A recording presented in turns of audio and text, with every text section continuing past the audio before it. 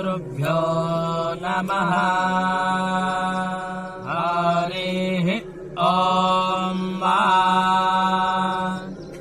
जादे तन्मण्डलम् तापाति तन्महादुःखन्ता अरेचाः स अरेचान् लोकोऽथा जादे तादर्चिर्देऽपि याते तन्महा व्रातन्तानि शामानि शामनान् लोकोऽथा ज एक एतस्मिन् मण्डले पूरुखाः सोऽग्निस्तानि जाजो गोखी स जाजोघान् लोकाः त्रज्जेव विधियाता पाति तद्वैतादपि या विधवा गोस आहुस्तरायी वा एका विधियाता पाति तिब्बाघ्यैवा तत्पश्यन्ति वादासि एक एव मृत्युर्ज एव एतस्मिन् मण्डले पूरुगोथैतादाम्रेतम् जादेतादर्चिर्दीपि याते तस्मान् मृत्युर्नाम्रे याते म्रे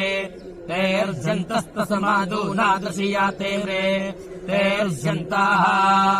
हरिः ॐ।